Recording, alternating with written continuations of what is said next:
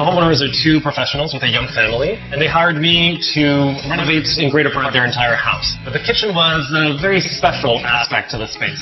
There was a lot of effort put into creating a very unique environment for them. They wanted a very bistro-like feel, and I think we're able to achieve that. The space was a bit smaller originally. There was a large pantry and a closet just as you entered. It created a bit of a hallway effect, and the kitchen was about two-thirds the size of what it is today. So the first decision was really to remove those two partitions, make the space larger, and try to utilize as much of the space as possible. It wasn't a very large space, so we had to be very careful as to how we're going to incorporate that island. How do you circulate around it? Having a comfortable space where the kids could do homework at the island, they could participate in the cooking activities, just a relaxed environment where you can have guests and socialize.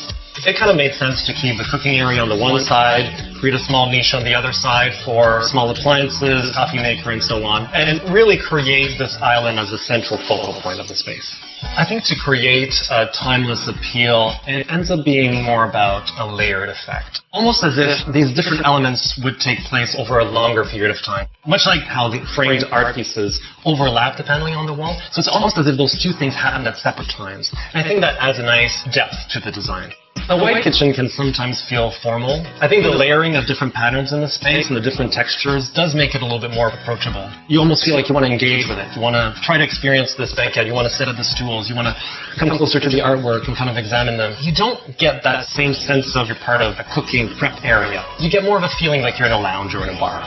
The clients spend a lot of time in the kitchen. They love cooking, and I think it just ends up being a space that can be used both for the young ones and for your brands. It works well on a number of levels. I think it makes for a successful design.